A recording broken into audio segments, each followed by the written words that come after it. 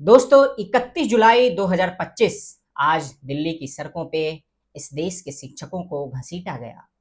प्रदर्शनकारी यानी कि वो विद्यार्थी जो इस सिस्टम के खिलाफ फेल हो चुकी सिस्टम के खिलाफ प्रदर्शन कर रहे थे, अपने सपनों को जिंदा रखने के लिए, अपने सपनों के लिए लड़ रहे थे, उनको रौंदा गया, उनको घसीटा गया, उन्हें डिटेन किया गया। दोस्तों आज दिनांक 31 जुलाई 2025 आज के दिन दिल्ली के सड़कों पे हमने एक ऐसा मंजर देखा जिसने कहीं ना कहीं इस देश के हर उस विद्यार्थी का और उसके परिवार, उसके माता पिता और उन शिक्षकों का ध्यान आकर्षित किया है, साथ ही साथ आम जनता का भी, कि किस तरीके से इस देश में उन नौजवानों के खिलाफ या फिर उन शिक्षकों के खिलाफ किस तरीके का व्यवहार एक सिस्टम कर रहा है। आप सबने देखा होगा कि मैंने पहले भी इस सिस्टम के खिलाफ बात की है, जिसमें पेपर लीक से लेके एग्जाम मिसमैनेजमेंट तक शामिल है।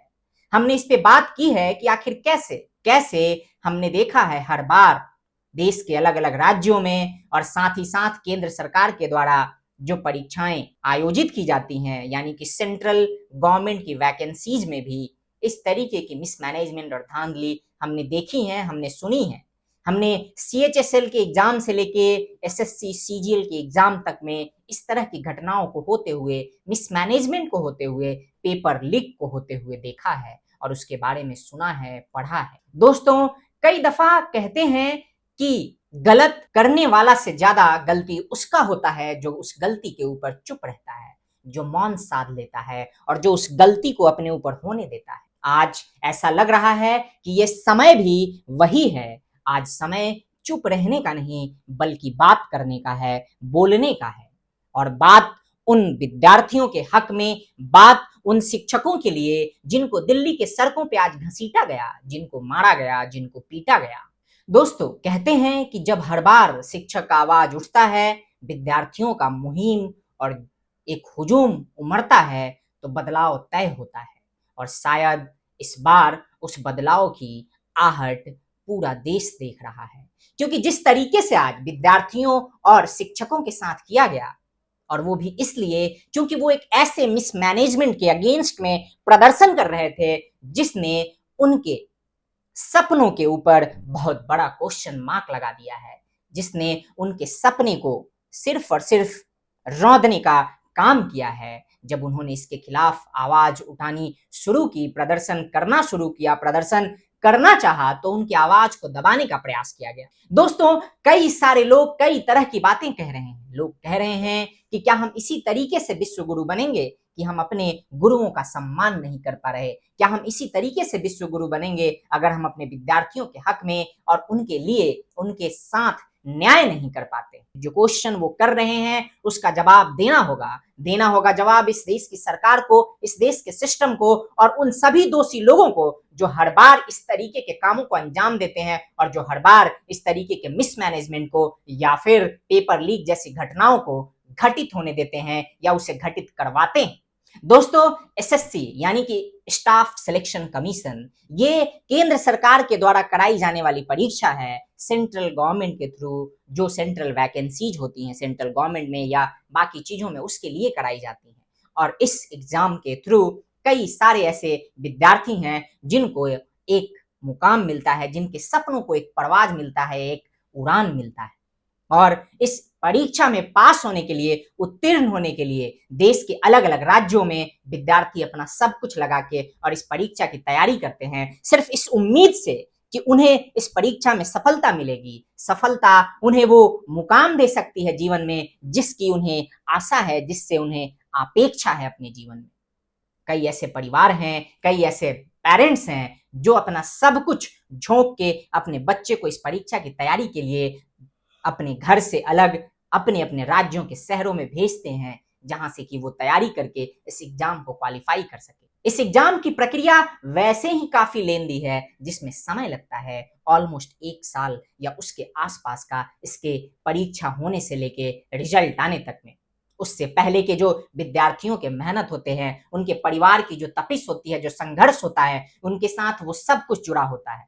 लेकिन वो उम्मीद तब टूटती है जब मिसमैनेजमेंट होता है, जब पेपर लीक होता है, जब इस तरह की घटनाएं होती हैं, जब उसके बारे में या उसके खिलाफ ये जो भी मिसमैनेजमेंट होता है, जो पेपर लीक होता है, उसके खिलाफ प्रदर्शन करने पे विद्यार्थियों को पीटा जाता है, उनके साथ बदसलूकी की जाती है, उन्हें गलत तरीके से ट्रीट किया जाता है। सिर्फ यही नहीं, बल्कि शिक्षकों के साथ भी मिसट्रीटमेंट होता है। दोस्तों, आज ये लोग यानी कि स्टूडेंट्स और उनके टीचर्स उसी मिसमैनेजमेंट, पेपर लीक जैसी घटनाओं के खिलाफ प्रदर्शन करने दिल्ली की सड़कों पे उतरे थे। वो अपने हक की आवाज उठाने के लिए उतरे थे। उन्हें उनका हक चाहिए था और वो हक है इस परीक्षा को सही तरीके से कराना, पेपर लीक जैसी घटनाओं को हमेशा के लिए बंद करना और उन सारे लोगों को, उन दोषियों को ढूंढना जो इस तरीके की घटनाओं को अंजाम देते हैं या जिनकी मिली भगत से पेपर लीक या मिसमैनेजमेंट जैसी घटनाएं होती हैं। लेकिन उन्हें जवाब क्या मिला?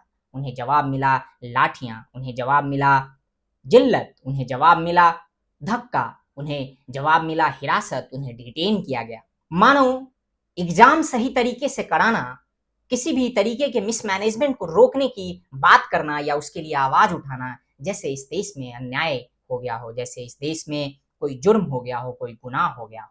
दोस्तों, आपने कभी सोचा था कि जो शिक्षक समाज को गढ़ते हैं, जो विद्यार्थी इस देश के भविष्य हैं, जिनके कंधों पे कल का भारत टिका है, उन्हें इस तरीके से कुचल दिया जाएगा, उन्हें इस तरीके से रौंद डाला जाएगा?